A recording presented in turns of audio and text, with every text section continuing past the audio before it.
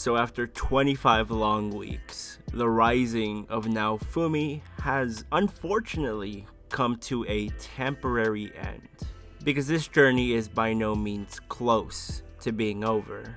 As a matter of fact, it's only just begun. For all intensive purposes, this episode was great. I enjoyed the ending, especially because it had a conclusion that was satisfactory. If this is the end of the Rising of the Shield hero in anime, I am content. And also slightly inclined to check out the manga at least. But it's also an ending that welcomes expansion, and the introduction of several other plot points, including the ones that have not been finished, in a potential second season somewhere down the line.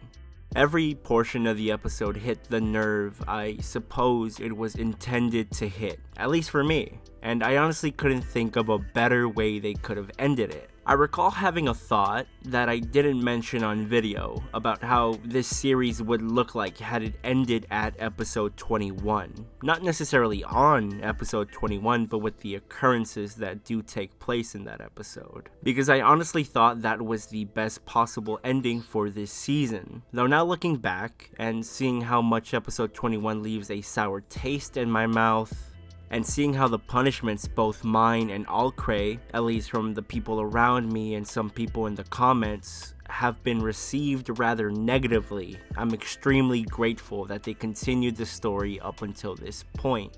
And because this is a potential ending, I do sort of want to give my take on where both characters and certain plot lines ended up.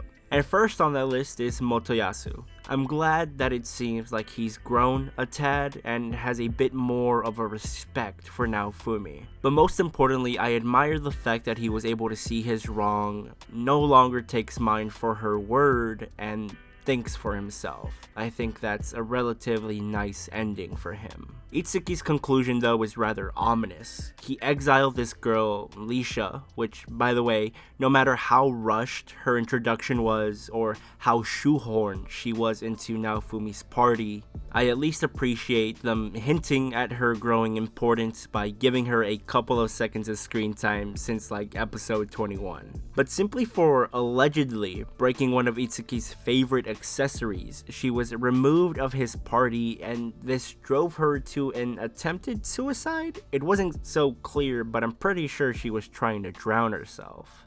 But back to Itsuki. He says something along the lines of, only we can go around making the world a better place now. And I do believe this can be taken in two ways. This is either Itsuki supporting Naofumi, getting his own domain, and approving of what he's trying to do, or it could mean that Naofumi's success doesn't sit right with Itsuki, or at least he doesn't approve of what Naofumi is doing in Raphtalia's village, and sees those actions as something that a hero would not do. So the we in Itsuki's statement can either be referring to the cardinal heroes or just the people in his party. And if it's the latter, this conflict is one of the potential plot lines I'd like to see explored in a second season. We also had somewhat of a conclusion to the vassal heroes and their world. This was definitely one of my favorite plot lines, and I love the way it was handled up until the very end. Because the way this plot line ended makes this otherwise black and white battle of the dimensions between the cardinal heroes and the vassal heroes a morally gray, much more thought-provoking aspect of this story. It's no longer, ooh, I'm a root for Naofumi because he's the MC and has a harem. You now think about Lark, Teres, and Glass when you think about their world getting deleted. And amongst all the giddy, happy-go-lucky, did they kiss or did they not portions of the episode, which I did love, by the way. The beginning portion of this episode has to be my favorite alongside the end. And particularly because it expands and goes over a subject I mentioned in my discussion for last episode, and simply put, its purpose. I mentioned how it seemed that this battle means a lot more to those wielding the vassal weapons than it does to our heroes. And that's because while the cardinal heroes do have to win in order to get back home, if they do happen to die, it's pretty inconsequential to them. Especially because, as I've mentioned in previous discussions, to 3/4 of them, this is just a game.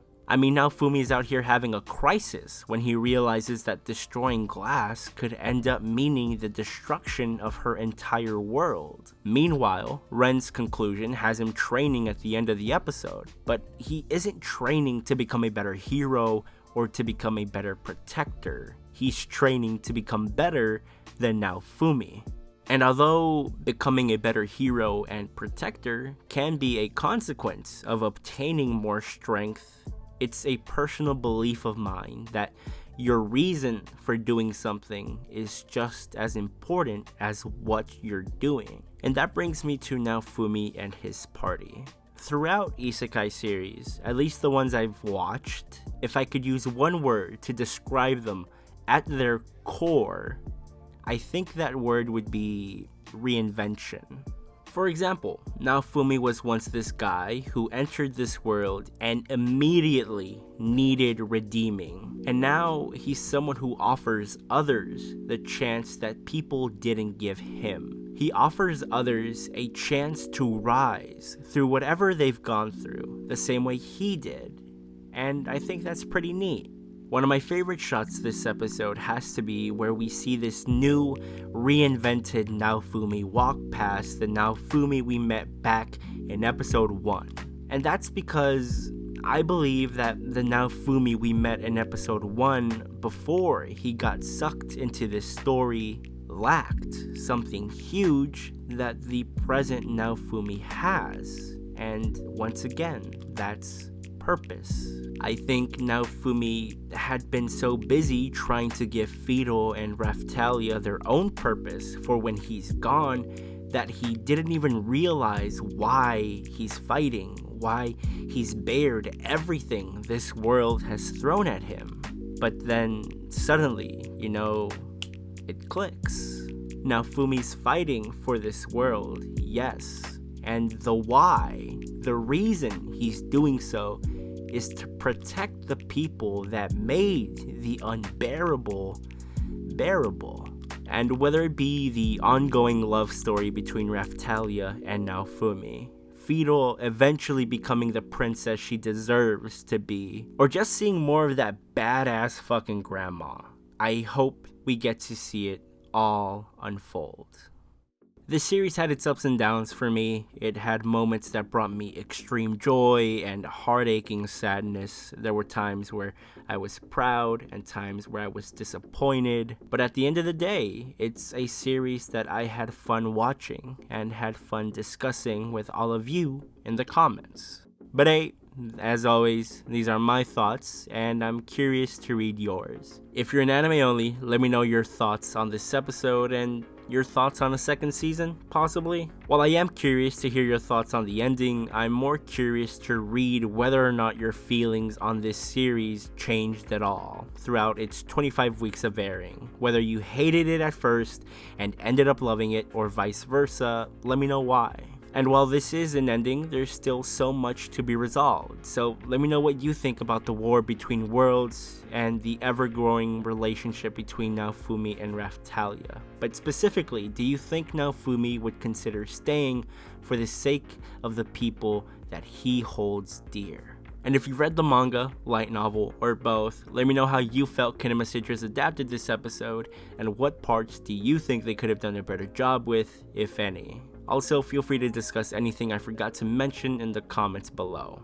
Please like the video if you enjoyed it, it helps the channel out a lot. Feel free to follow me on Twitter, link will be in the description. And of course, subscribe to my YouTube channel and hit that bell. That way you don't miss a video, and that way you can be here discussing the second season of Rising of the Shield Hero whenever and if it comes out. But also, we have some series to go over this summer, and I'd be really, really disappointed to not see you there. So with that being said, I hope you have a great rest of your day, and I'll see you all soon. Bye bye.